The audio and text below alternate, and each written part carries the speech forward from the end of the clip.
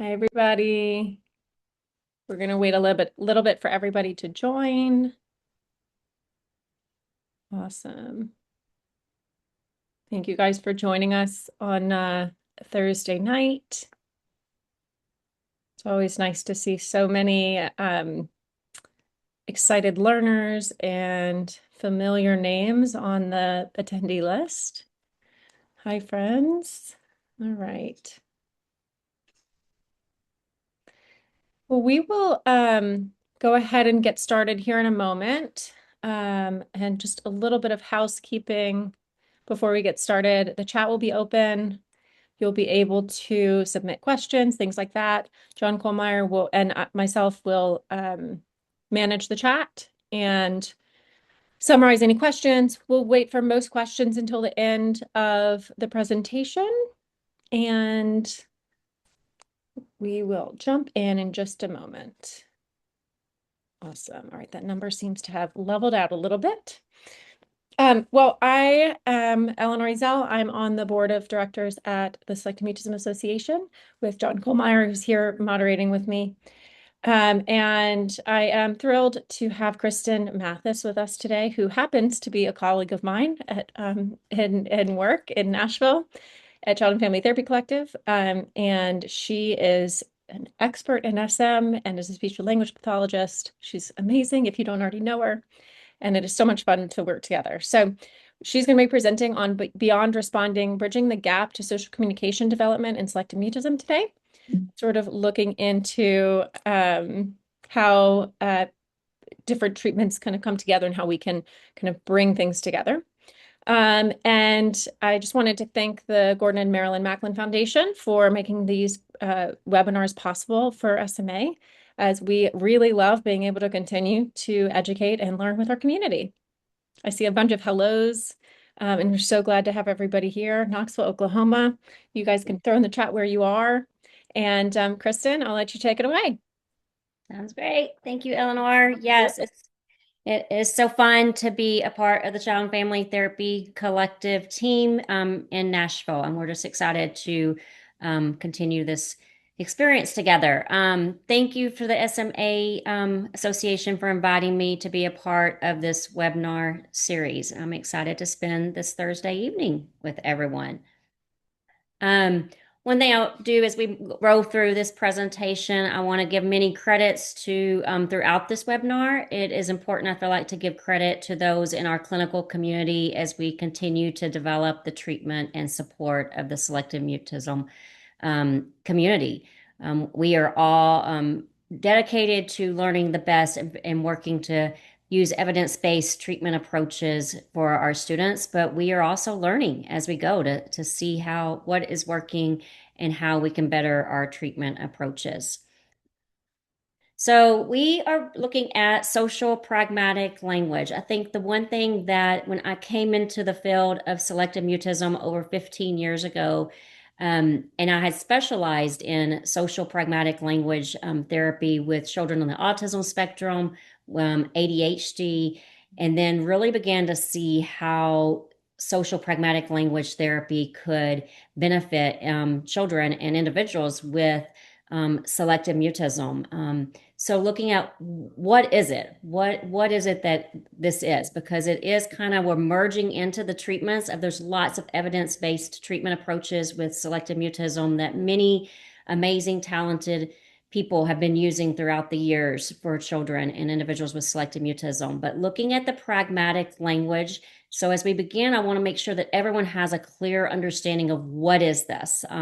So it really is the language that we use throughout our daily lives to interact in our social worlds.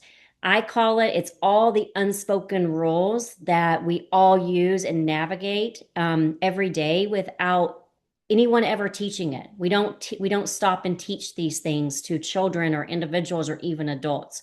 We can break it down in some areas. The nonverbal communication, so social pragmatic language includes that. It's how we use our facial expressions, our hands, our body language, our gestures, our eye contact.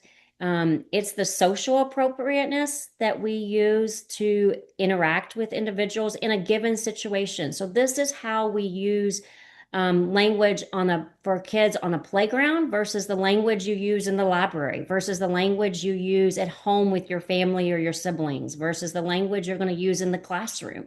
So it's how socially appropriate is the language that's matching the social context. It's also what we say. It's the rules that we follow throughout the day and how we talk. So it's how we modify the vocabulary we use if we're talking to, if we think about our middle school or high school students, the rules that they follow of what the vocabulary they're using when they're talking to their peers versus how they're saying it, and maybe saying the same message with different vocabulary with their teachers or with their coaches or their parents. And then it's how we say it. It's how we say things when we talk to people. It's the the voice we use. It's the loudness we use. It's the tone we use.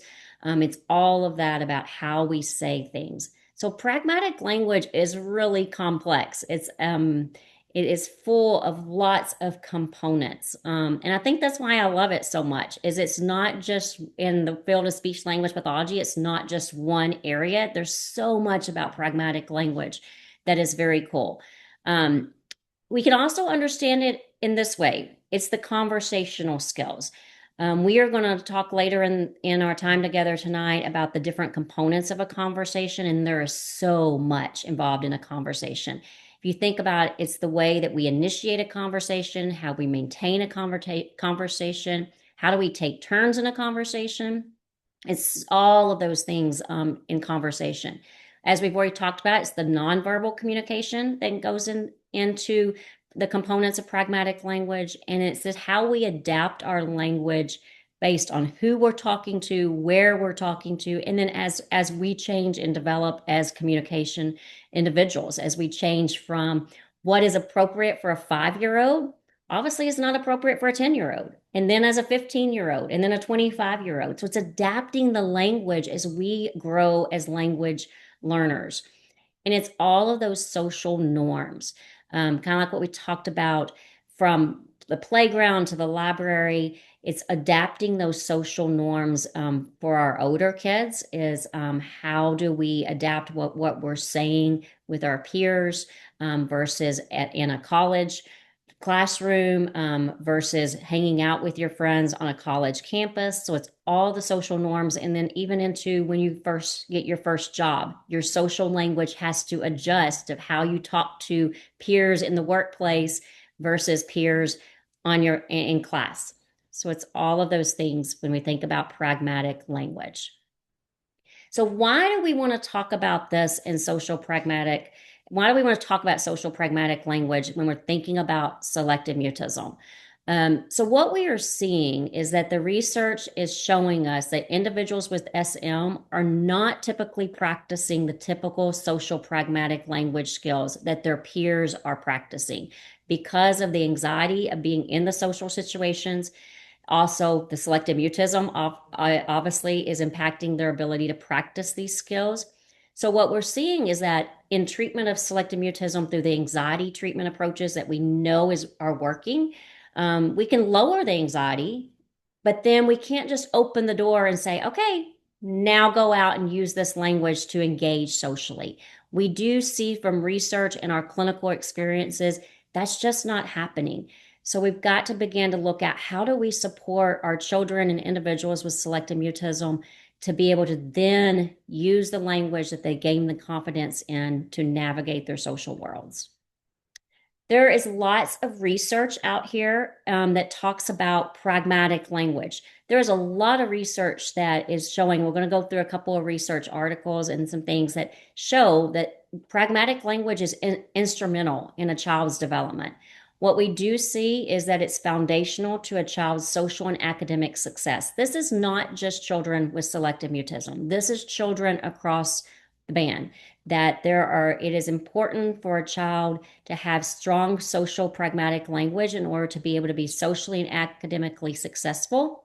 And it does influence their ability to integrate and thrive from the classroom to the playground, on their soccer fields, in clubs, across various environments. It is important. There is also research that's showing that there's a bidirectional relationship between social communication and language development. What we are seeing in children is that expressive language in the world of speech language pathology is what we say is it's the output.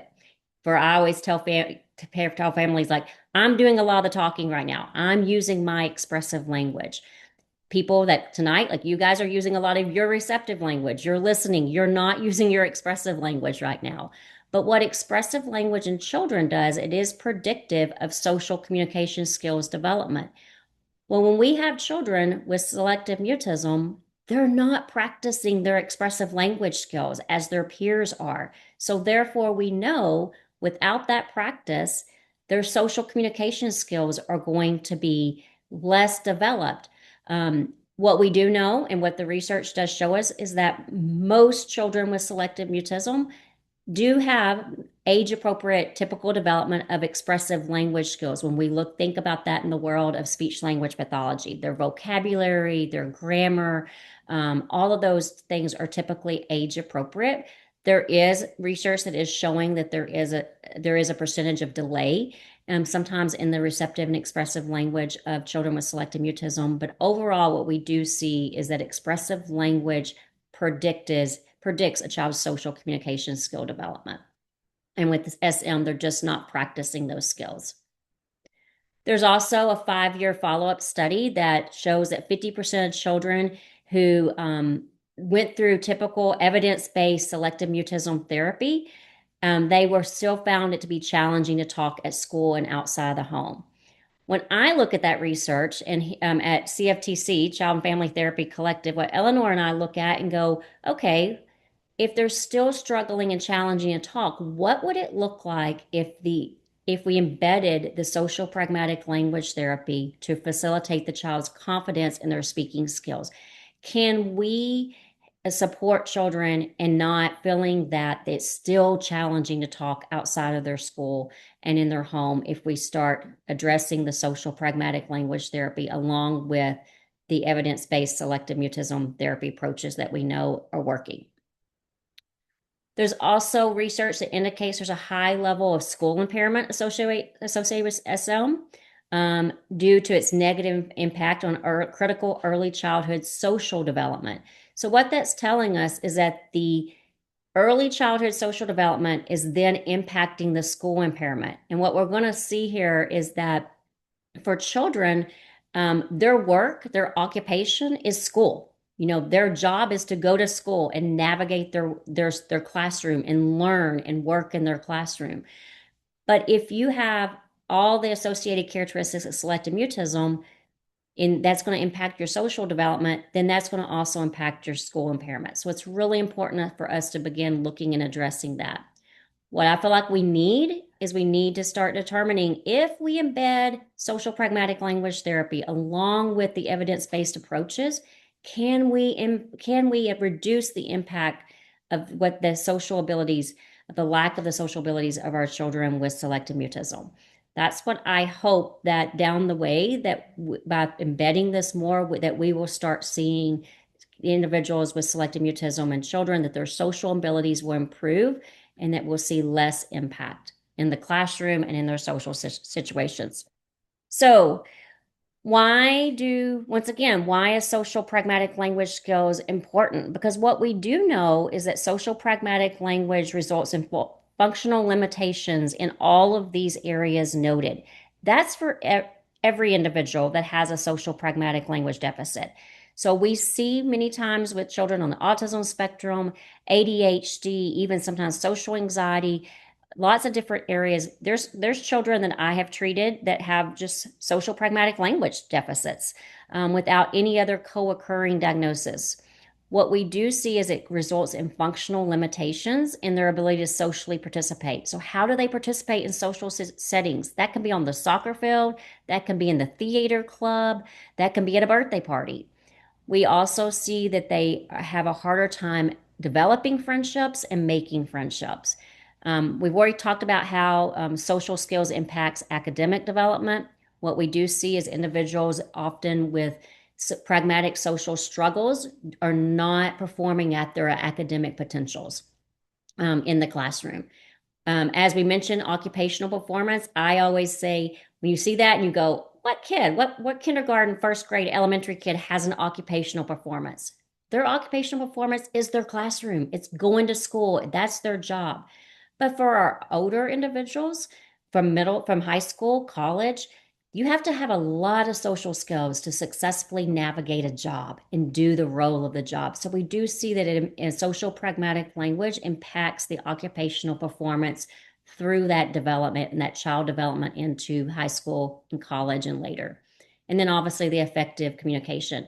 So if you've got functional limitations in these areas, you're going to get into the avoidance cycle. And we all in the world of selective mutism hear that a whole lot about the avoidance cycle. We talk about that as far as you have an opportunity to talk, you have an opportunity to socially engage. We get anxious, we get nervous, and that feels like a lot in our bodies. Many times it feels like too much for our children with selective mutism. So what do? We avoid.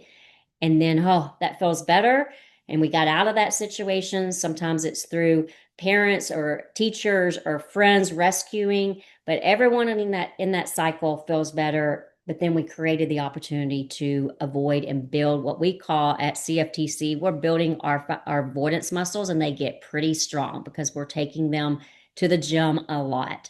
But there's no wonder that they're avoiding a great deal when you've got all of these areas that feel like a lot, and when you're looking at social pragmatic language.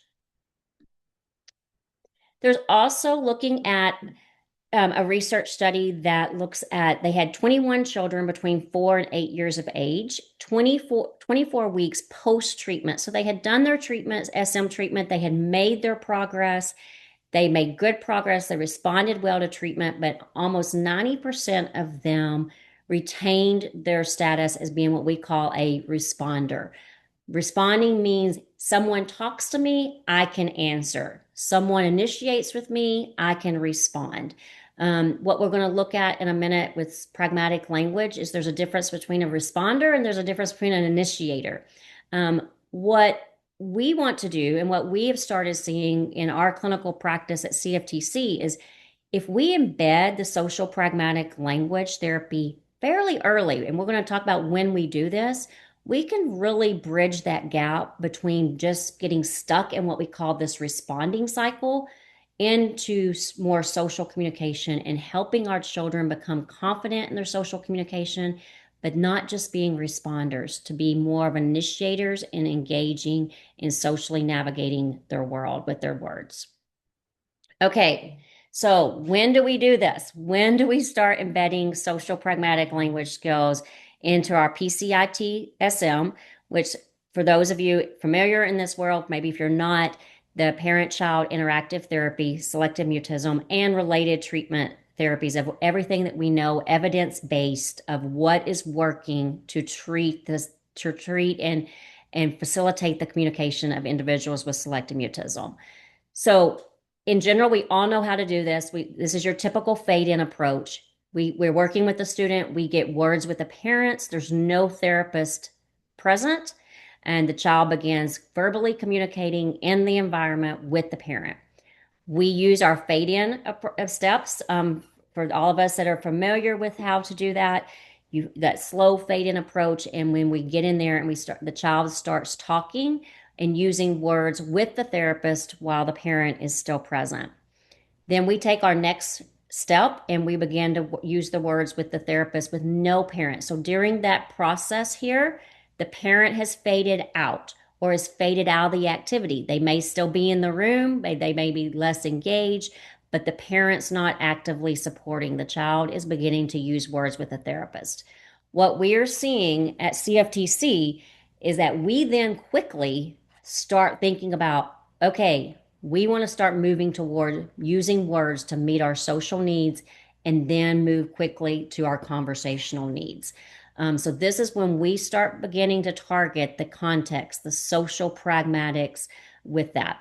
Later, we're going to begin talking about what are you talking about when you're talking about context? What are you talking about when social pragmatic functions? We're going to talk about that later. But as you see, it's really a fast approach. And it's much easier than most people think when you have this knowledge. So we all know in the world of SM that we are only going to change one variable at a time. So we have before integrating this new step, we all know we have our people. That's the person that the child is communicating with. We have the activity. That's the game, whatever you're engaging the child with. And then you have the place. Where is this occurring? Then you add in, I want to think about the context. I want to think about the pragmatic function. We're only going to change one variable still at a time. So we're still going to use these fade-in principles, and then we're going to start targeting the social pragmatic functions with that. So for instance, maybe you're going to see a video in a bit that Eleanor is working with a little girl. So her people were the parents, the child, and Eleanor. I faded into the activity. We changed the people, and we got the child talking with me. The activity remained exactly the same throughout, and actually remained the same from the session previously with the child that I was not present. And we did the exact same activity that they had done the previous place, and it occurred in the same place. Means in the clinical room that the child was already in. But what you'll see in the video is how we quickly began targeting the context, the social pragmatic functions within that, once the child had consistently began communicating with me in that setting. So this is the video of the little girl. Like I said, she had already spoken and done this exact activity with Eleanor. We got her talking with me, but during that same time, after she was confidently talking to me, you'll start seeing us target the social pragmatic language. You'll see us using some of the same principles of the PCIT-SM, lots of rewarding, lots of label praising, a lot of the reflections, but then we're also embedding the pragmatic language. Eleanor and John, let me know if the sound doesn't come through. A fish or a sun? We're good. No. Okay. All right, Swiper, hit it. I just got a stinky foot. A stinky foot. Me too. You have a stinky foot to fill. Mm-hmm. Ooh. Worm and bolt. Thank you for telling us. Bird. Nice job. We don't get any. We don't get any. You're right. No one had a match. You did a great job of looking at everyone's cards. That was such a nice way to help. Okay, so even with that of just looking at how do we praise her of, hey, you were looking, you're using that non-verbal communication within that. So in order to do this, we've got to understand what are your pragmatic functions. There are lots of pragmatic functions, but in general, let's break it down into 3 areas. You have your pragmatic functions of your needs and your request, your social information and your sharing, and then you have your directing and protesting. So for instance, a request is getting what we need. I want a snack. That is me requesting something. I need to gain attention, means I might need to say someone's name. I might need to tap someone. I need to direct someone, means tell others what to do, put it in the box. And I also need to maybe protest saying what I don't want. I don't want a snack. The social information and sharing is that providing that information, that sharing those facts and opinions. I've never had this. Asking questions, seeking information. So the thing is to begin to embed all of those pragmatic functions. I do encourage one to spend a little time on getting familiar with what are your pragmatic functions so that you can look at an activity and think about what function do I want to target here with a student. What we see at CFTC is we think about a pragmatic function. We know a child typically with selective mutism can use all of these pragmatic functions at home with their family most of the time, with their siblings, in the comfort of where they feel confident. But we never want to assume that a child can take that information, that pragmatic function, and use it to meet their social needs and navigate their social world outside of the home and outside of treatment until we have practiced it in our sessions, and we have practiced it with other peers. You're going to see eventually up in the later in the seminar is we're going to show you a couple of videos of two little girls that were doing exactly that, is breaking down the pragmatic functions and practicing it and targeting in it so that we know that they are able to use those skills outside of the clinical setting with their peers to meet their social needs and navigate their social world. So this is another example of how do we do this? When do we do this? We get that question a lot of when is it time to start addressing the social needs of our children with selective mutism? At CFTC, we say it's pretty early. So this is another perfect example. This was a little girl who had actually been out of treatment therapy with selective mutism. I treated her probably 6 months to a year. But then her grandfather came from another country, and she wasn't generalizing her skills to him. So family reached out and said, Kristin, what do we do? I was like, it's easy. We're going to go in and we're going to do a quick fade in with him. We're going to build our confidence using all the skills that we all know, the evidence-based treatments to get an individual comfortable in talking with a new communication partner. But then this is an example of how do we begin to move it beyond just responding very quickly. So did the same approach, got her back talking with me, talking with mother because she was going to be the support person with grandfather available. Grandfather faded into the room. And then the child was consistently talking in the presence of grandfather. So this is where we start to give you an example of how quickly we start embedding social pragmatic language. So the grandfather began participating in the activity with me and the student. Once again, just as a reminder, we typically do a lot of closed-in activities there in the beginning. That's your spot it games. That's your go fish. A very lot of closed-ended. We're going to have a very set strategy here. We like to at CFTC. The activity needs to be we're focused down, like the little Zynga game that you just saw with Eleanor and I doing with a little girl. Something that our activities are focused down and not looking at one another. But the skill that when I start thinking about that on the pragmatic function is the skill I'm working on is commenting. I see a horse. I see the apple. That's your commenting. Then we moved to grandfather started asking the child, would you rather questions. Once again, that's closed-ended, means it's not open-ended. It's not like, what do you like to play with? It's closed-ended. What would you rather do? Would you rather play on the swing set or the slide? The skill when we think about that and we turn on our social pragmatic thinking brains is I'm targeting responding. I'm helping the child become responding to questions. This is still side by side. This student really struggled with giving eye contact to her grandfather, so we didn't target that yet. Once again, that is a nonverbal communication when we're thinking with social pragmatics. I was not targeting eye contact yet. The student began asking reciprocal questions to flip the question back. We're going to talk about that in a bit. And what I'm looking at in my mind is I'm teaching her to maintain a conversation. So when grandfather would say, would you rather play on the swings or the slides? She would answer and I would say, flip the question back. And so she would ask grandfather, would you rather play on the swings or slide? Pragmatically, what we just taught her is how to begin maintaining a conversation very early in this treatment process.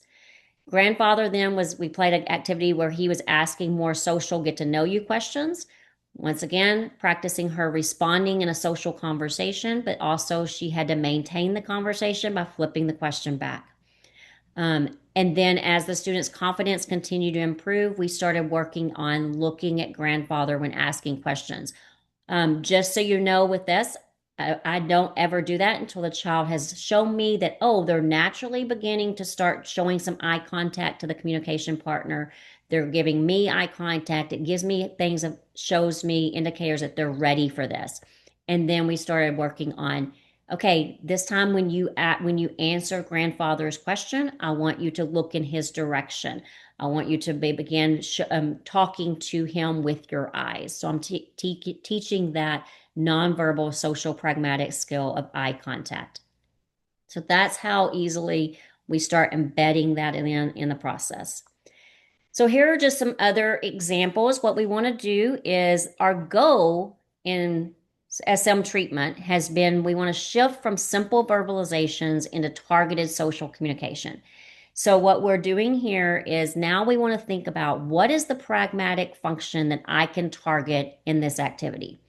So for all of us treating in this world, SM world, is we all love Spot It. We do Spot It all the time. That's one of our go-to games with students to get to hopefully break through and get them talking and comfortable with us.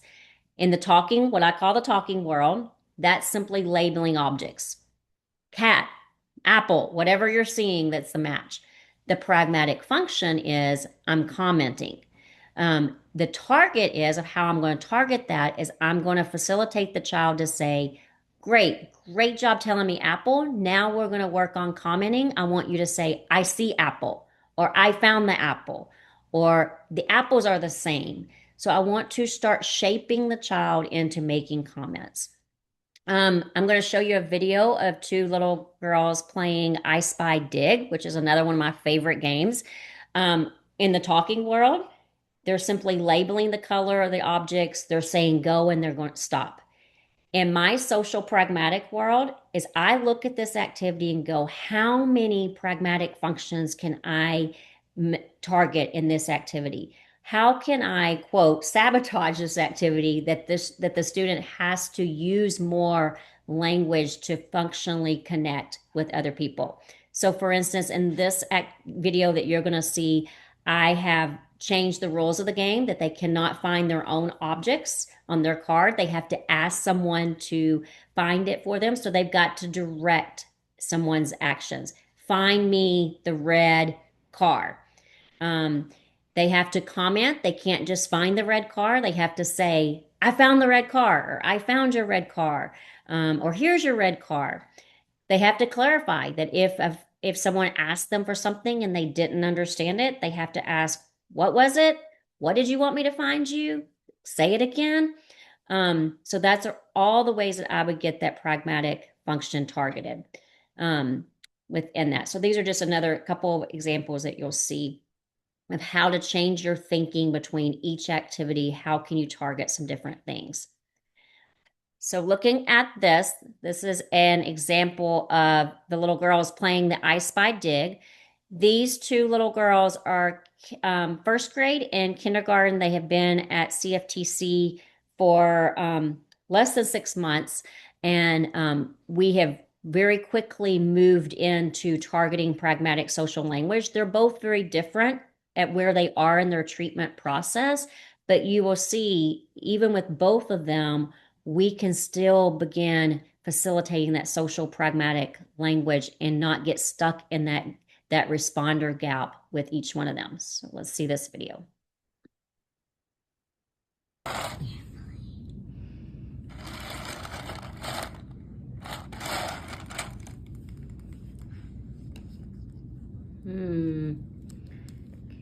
Can you find the swan? Sand. Almost out. Wait, did you find the swan or not? I see it. So you could just say, I didn't find the swan. I see it now. I didn't find the swan. Oh, I like that comment. I see the swan. You see the swan. Thanks for telling us that you saw the swan. He has to keep swimming. And your turn. Use your words to tell your friends what to do. It'll be my time, cousin. It'll be my fun time. Oh, great job telling us what we're going to do. You know my boat. Oh, I love how you use your words. 1, 2, 3, go. Finding the boat. Okay, what color is the boat? Oh, I gotta find the boat. CCC. Oh, yes! I found it. Okay, so you see that you're still embedding your PCIT SM strategies of reflecting, a lot of label appraises, but then you start targeting that social pragmatic language of telling people what to do, commenting, directing their actions. So when you start doing and targeting your pragmatic functions, just begin doing label praises with that. Great job using your words to comment. Great job directing and telling me what to do next. That was a great question. Great job using your brave voice. That's looking at that nonverbal, that vocal tone. You can even do great job looking at me when you told me that. I love how you can target the nonverbal communication. I love how you turned your body toward me when you were talking to me. So just begin label praising a lot of those pragmatic functions that you want to start seeing students become confident and comfortable with as they use their language to navigate their social worlds. So these are some other examples of how we can embed this treatment into your therapy activities, and how do you start label praising these pragmatic functions. Hi, were y'all square? Yes. Great, using your words to ask a friend for what you need. It must be my turn. Because it is. A circle. Can I have a circle, please? Yes. Oh, I'm feeling a little nervous. I have 3 more. I have 1, 2, 3, 4, 5. There's not a lot of circles. Yeah, there are less circles.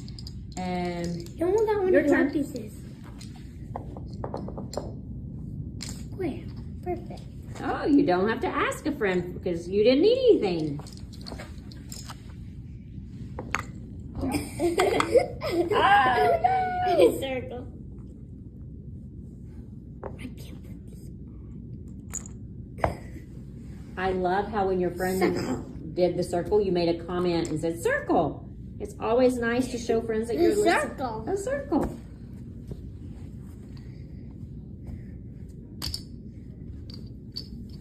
Your turn's over. It's Okay, so then there's another example here. penguins have tails.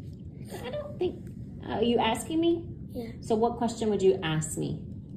Do penguins have tails? I'm not sure. Ask your friend what she thinks. Do you know if penguins have tails? They do not. I like how you answered her question. That was a great question. Do you know if penguins have tails?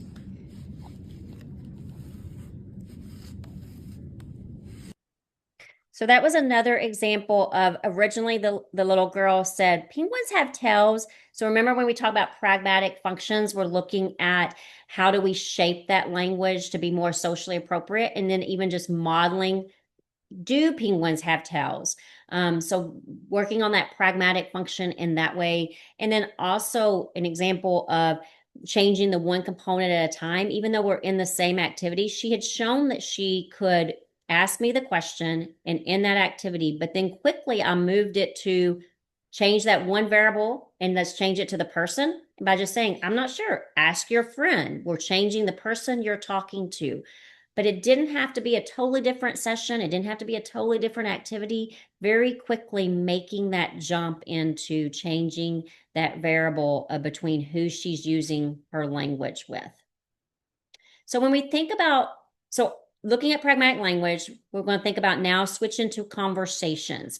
Remember, we talked about one of the components of pragmatic language was conversation skills. Conversation is so complex.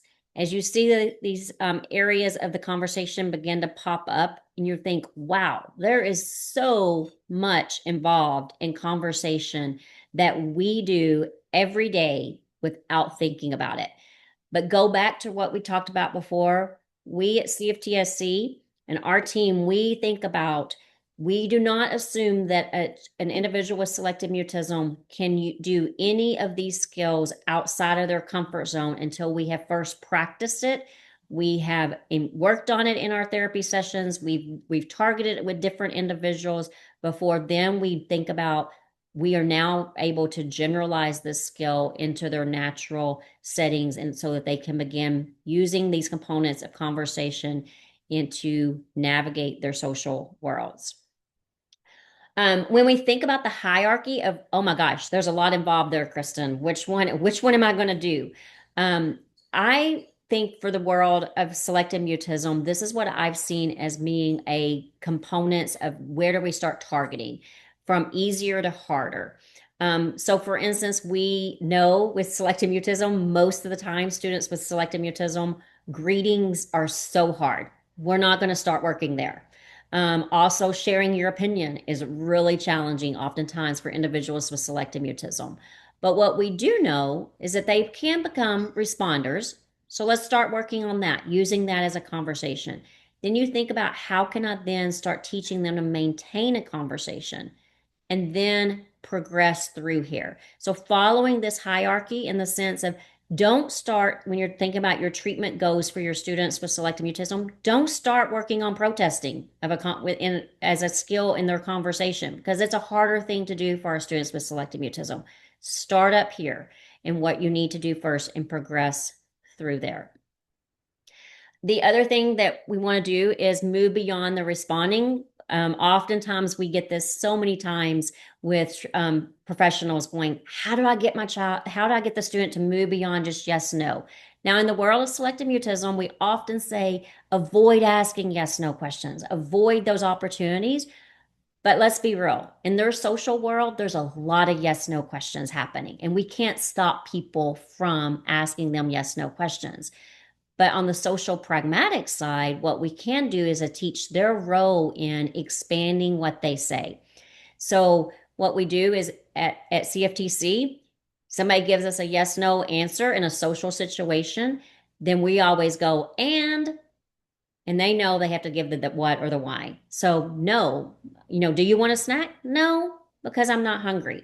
So for instance, at CFTC, we have our snacks that they come in when they're coming into our groups. You go and you get your snack. There's always a snack helper, and they know they can say no to a snack, but they have to tell the why. So no, I don't want that snack because I had my snack in the car on the way here. I'm not hungry, or I don't like the snacks for today. So they must be able to give more answers to expand and break through of just being that yes, no responses. Embedding that into your PCIT SM reward strategies. We give 1 check mark for a simple yes, no response in a social situation, but you're going to get 5 check marks if you tell us the why. So for instance, did you have a good spring break? If they say, yes, I went to the beach. Wow, you're going to get your 5 check marks. Or not really. It rained all last week while I was at the beach, so it really wasn't that fun. So working to expand your students and the child's ability to expand their answers between yes, no by just facilitating tell me the what and tell me the why. So when we think about where do we oftentimes want to begin, think about that hierarchy. The mistake I made as a professional when I started practicing 20 years ago, using a lot of these skills, is I thought, well, if we want an individual to start having conversations, we got to teach them how to start a conversation, right? I learned really fast that doesn't work because one, that was the most stressful thing, the most anxiety provoking. And what I learned is I was sending students in and starting a conversation, and then they had no idea how to keep it going or maintain it or what to do next after they started it. So they didn't experience success. And so they were like, yeah, I did that. I'm not doing that again, Miss Kristin. So I learned that we can't start working on starting conversations first. We have to start at another level. Oftentimes parents, teachers, whatever might just say, just go up and ask a question. Start introducing yourself. None of those strategies are really helpful. But if we want to build conversational courage, let's start by first teaching them how to maintain a conversation. We are going to talk about for the younger children later. This is thinking about more for our older kids, but that can be as simple as sometimes early elementary, definitely late elementary. So depending on where they are in their engagement process and their cognitive abilities of when do we start teaching some of these things. My young kids, even as early as kindergarten, first grade, I'm using that concept of flip the question back to help them begin early on maintaining that conversation. So we're going to first teach how to maintain the conversation. Essence of this webinar and the time, we're only going to talk about how to flip the question. So what that is if I was to ask you, how's your week going? You respond, and you're going to flip the question back to me, which happens very naturally oft in all of our conversations off the time, most of the time, is it would be, great, how was your weekend? You just flip the question back to me. So what that means is you began that back and forth exchanges, and you learned how to start keeping the ball, what we call the conversational ball, bouncing back and forth between communication partners. By simply teaching our kids, all you got to do is flip that question back. You don't have to think of a new question. Just ask the same question back. You've given them practice and becoming brave and keeping the conversation going. Okay, so we've gotten that component, one strategy to do that. Then how do I start a conversation? How do I progress through a conversation? What I've seen in kind of analyzing, thinking about what's happening here in conversations, what I see is that it's a typical progression of most of us use an icebreaker question. We're going to talk about what that is, an umbrella question, and then a get to know you questions. So here we go. What are your icebreaker questions? These are the questions that we use throughout our day. Most of us do this without thinking and start almost all of our conversations here. For our students, maybe middle school, high school, maybe even younger, the questions are, how was your weekend? What's up? What's going on? What have you been up to? How are you doing? We use those questions throughout. Once again, as we've talked about before, do not assume that your student can use these questions to navigate a conversation in their social world without first practicing it with you in the treatment therapy room, in your facilities, with maybe a peer, with other communication partners, with support, and then start targeting this out in the community or in their social worlds, giving them that roadmap of saying, hey, this week, I just simply want you to practice using your break the ice questions with one or two peers in your classes or with your teachers. The umbrella questions, the key here is do not get stuck on asking the same questions because these questions change. So I just came off of a weekend with my kids, and we were on a college campus. I can tell you that the umbrella questions I heard throughout this weekend was, what are you doing this summer? Are you ready for finals? How are your finals going? What are you staying here for the summer? Are you going home for the summer? What are your plans? Are you traveling? All of those are the umbrella questions that students were using to navigate conversations in their social world on that college campus. Now, those questions are not going to be the appropriate questions that they're going to be asking when they return to campus in August, right? So it always adjusts. I tell families in general, if you can find a time in your week, maybe that's a Sunday night at dinner, and you think about, whoa, what's our umbrella questions? What are the 4 or 5 questions that we're asking this week to individuals to start a conversation? Put it on Post-it notes, post it where on the mirror where your child's brushing their teeth every morning, somewhere that they're constant reminders. You have to go back and review those though. So for instance, the question, if I was to ask you today and it's mid-May, how your spring break went, you might be like, well, great, Kristin, but that was a month and a half ago. I don't even remember my spring break. I would need to take that Post-it note down and replace it with something like, where are you traveling this summer? So make sure that you help your students navigate and change those umbrella questions. And then there's the get to know you questions. The key is that they need to have several ready and that they feel good about. My get to know you questions are not going to be the same as your get to know you questions. I'm not going to initiate a conversation about video games that much because one, I know very little about video games. I really don't like video games, and I really don't play video games and know very little about them. But my get to know you questions would be things like, where's your favorite place have you vacation? Where are you vacation? I'll talk about a vacation all day long, right? Or what do you like to do outside of work or outside of school? So make sure these get to know you questions are questions that your student or your child want to talk about and that they feel comfortable talking about, and having a few of those prepared and ready to navigate and begin conversations. The other thing is we want to look at the student has to want to improve the skill. So this is a student's goals for therapy that I modified with so I would give it to them and say, hey, what are some areas that you want to work on in your social pragmatic language skills? Just as a warning, when you give a student this, a middle school, high school student, maybe even upper elementary student in the beginning of treatment, they're probably maybe going to check one thing, maybe none. I don't want to work on anything. Maybe they're going to check one or two things. I always go back and then go, okay, we worked on that. You wanted to work on asking a friend to hang out. We've worked on that. You've made progress. What do you want to work on next? It has to be something that they want to work on in order to get their buy-in for the therapy approach and to work on this hard thing, because this is hard. It takes a lot of brave work to do this. So whatever forms, however way you want to get that information of what they want to work on is important. I had a student once who, her only thing she started when we started treatment, she wanted to know how to end a conversation. She's like, if you're going to make me get in a conversation, if you're going to make me do this, I want to know how to get out of the conversation. And we taught her. I taught her those skills. She practiced it and she saw that it worked. And then she was motivated then to go, okay, I'm in. I see how these strategies are working. Now I want you to teach me how to join a group. And we just followed her what she desired and wanted to work on.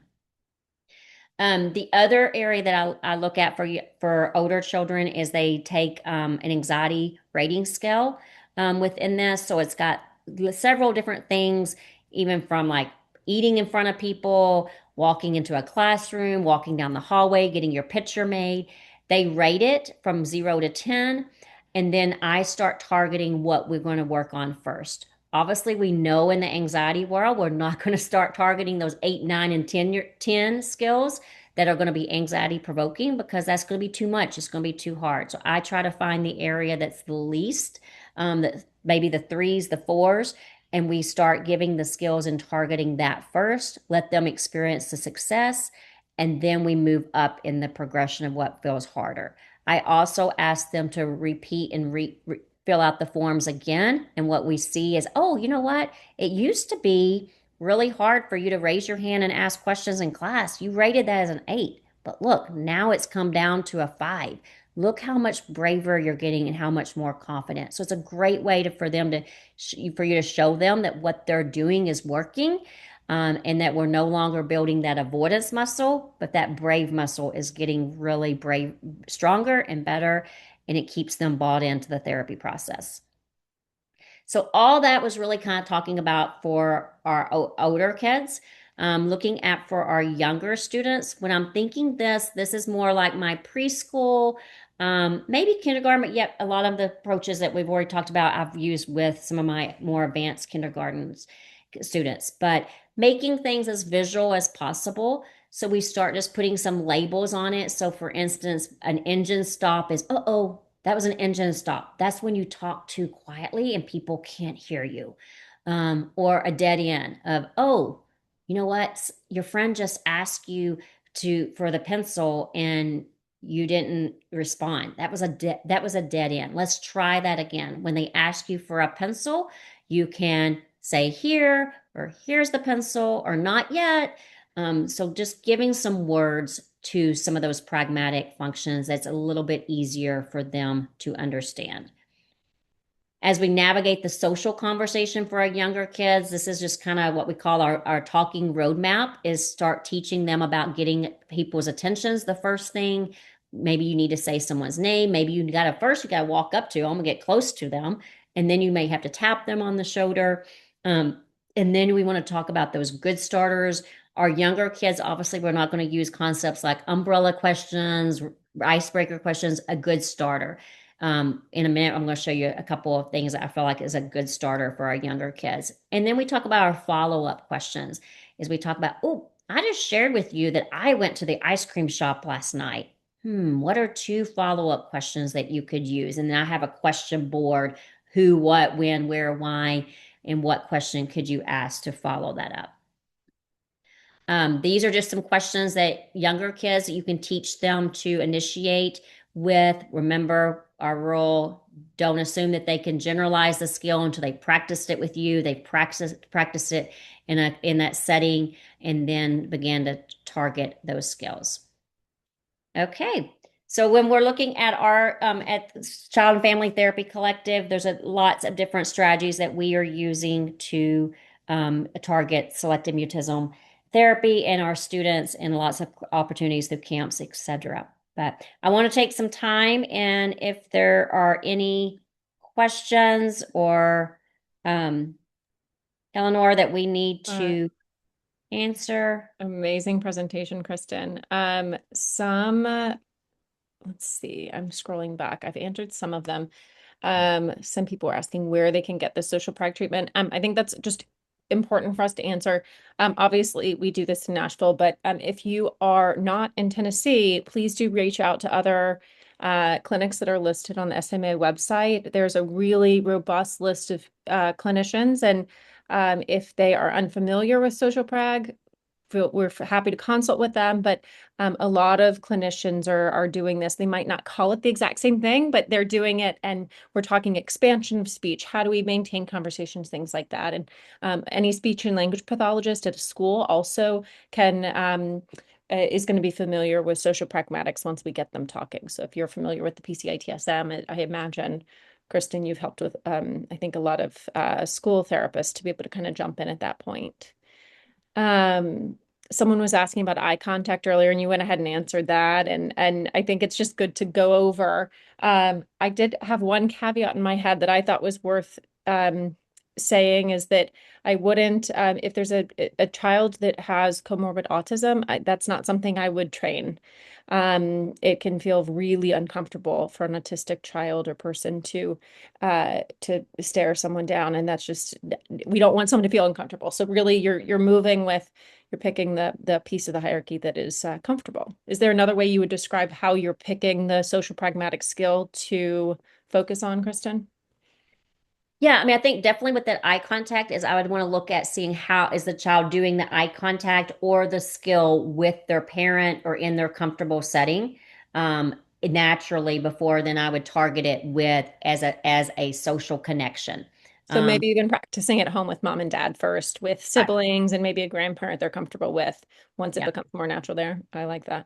Yeah. I'm seeing that John Kohlmeyer we're going to email out the slides. There's an SMA treating professional directory linked in the webinar chat. And someone is asking Kristin, this person's a counselor. Oopsie, hold on, it went away. She's saying, how about teens being hesitant to invite parent into the session during the beginning stages of this? So if I'm going to take some guesses here, but maybe if they're more hesitant to work with the parent, because that does come up in the teen years, we often see. So how would you approach the social pragmatic development there? Yeah, I mean, I think you can definitely begin to work on it with just you as a therapist, and during your sessions of the pragmatic functions, and working on those, and then not even necessarily that has to generalize to the parents of how can you get it to even maybe some peers, bringing in. We bring in obviously kids who have been through our treatment process that are understanding what we're doing, so we bring them in as their peer helpers, finding other clinicians in your treatment room, treatment around, if you're in the school, finding other people around that. But yeah, if they're not wanting as naturally as middle school, high school kids don't want to do this with their Very kids, common. parents, yeah, it's okay. I mean, you can still work on that outside of the parents don't have to be involved in that process. I've had a lot of middle school, high school kids that they don't do this. They look very differently with their parents than what they look with me or other people. And that's okay. Yeah. I mean, I even would say to them, like, I look different at work than I do when I'm cozy on my couch with my family. So Yeah. we're all going to present a little bit differently. I'm going to do this one last question and then we'll wrap up, because we're not able to give specific child specific feedback, but we can speak generally. Kelsey had a question. Can you speak a little bit more about helping a child get over avoidance anxiety first, lack of eye contact, body positioning, in order to get access to speech, communication, and goal progression? So I think what she's asking is, what do we do with the like the physical anxiety, more of the social anxiety, the physical avoidance, while we're working on the communication to get started? Yeah. I think through the typical using your typical PCIT SM strategies, any of those things, and working on even just feeling for our how old was the child? Middle school, high school? Um, oh, I'm scrolling back. It didn't say. We talk a lot about, hey, how does this make you feel? How does it make your body feel? Kind of we bridge that between the mental health of our younger kids. We talk about, ooh, worry wall. Worry wall is making us feel really anxious or worried, or how's your body feeling? To Even start like what your amygdala is doing. Like right, right. it's like Yeah. your body feels like a bear is chasing you right now is another thing we'll say. Yeah. Your amygdala, you flipped your lid. So using all of those strategies to calm all that down and then teaching them what's happening within their body and their brain. And then, but this is what skill we're going to work on. And it's the same as your avoidance cycle. The more you practice avoiding it, the harder it's going to be, and you're going to be more anxious. And how can we take that step ladder that we all do and make it smaller? How do we make that step The smaller? other thing that's coming to my mind is movement is going to get them out of their body, just like an adult who's anxious. I go get on the Peloton if I'm nervous and getting stuck in my body. I need to get back into my body. Movement's going to help. Being on the playground for your young kids, really just making it less intense. Less eye contact is going to lead to more eye contact, things like that. I have to skip a couple of these because we can't do very specific questions, but someone's asking about how you would treat if you have autism and SM. I would get to a specialist who can consider both of those. I think both of us would probably say the same thing, but it's very in the population of autistic children, you have a higher rate of SM, not more autism and SM, but more SM and autism in the autistic population. And maybe you might pull out eye contact, but you can still teach like Oh stare at yeah, your shirt. You can do things that, I'm not a fan of teaching masking, but there's some things that we can kind of find a middle ground on. yeah. Someone's asking, I have a kiddo who's struggling in most places, really struggling in the tone of voice, body language. Yeah, so the body language really isn't misunderstood and they're looking bored and annoyed and maybe a little bit defiant. Where do you Yeah. start? Yeah. And I think depending on the age, we start about how all of that is interpreted, and that's kind of like when for the younger kids, when we talked about the dead end of going, hey, bud, when someone talks to us and we don't answer, that looks like we don't want to be their friend or that we don't want to talk to them or that you didn't hear them. So I think going back and teaching about what the misconception is that when they do those social pragmatic things with their body or their eye contact, and a lot of times it's like, oh, I didn't realize, particularly the older kids, I didn't realize that when I'm walking through the halls and my head's down, I'm sending the signal that I don't want to socially engage and talk. And then they're like, oh, okay. So I just say, hey, I as you're feel that. walking through the hall, keep your head up and use your mental health things to find 5 things that you can see on the way to science that keeps your head up so it looks like you want to actually be engaged in your world, and then see how that changes. But yeah, I think teaching them how I would probably be careful as a parent because it's going to come across different when a parent tells you those things versus maybe a mentor, maybe a therapist, someone else. Yeah, I bet so. Oh my gosh, there's so many great questions in here. We'll take 1 minute and finish up with this one. Um, let me pick a good one. Someone is asking, yeah, I think they're kind of all in the world of like, how would you teach someone? But we'll end with one that is a very common question that's less about social pragmatics and more about general SM. But when do you think about switching schools if one school's contaminated? And I think we're both chuckling because it's a really tough conversation. We both have a couple of patients we're talking about that's with right now. And what would you say to that one, Kristen? I would say how open is your current school on using the strategies that we know work in the school to treat selective mutism? If you've got a school that's putting up what we call brick walls and no, no, no, no, no, then okay, it is probably time to make a switch. And I'm going to add a caveat. If treatment is being accepted outside of the school and the school is the only place that's contaminated, if there's goals being made outside of school and it's just like that's the last thing and you're just not making any headway. Yeah. But if that's not the case, I might approach that differently. I think you would as well. Yeah. Okay, guys, we are out of time. Actually, a little bit over time. It's 9:04 on the Eastern Seaboard over here. So we will go ahead and wrap up. John, thank you so much for helping. And just to reiterate what John put in the chat, we have a Selective Mutism conference this September 25th and 26th. It's going to be in Boston. There will be a virtual piece as well. I think that we welcome everyone to come and join us. It'll be great to be in person. And we have our SMA parent support group that'll take place on May 27th.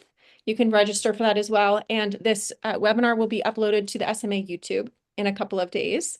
And we will send out the PDFs, PDF of Kristin's slides. Okay. Thank you, guys. You all appreciate y'all being here. Have a good night. Have a good night, everybody.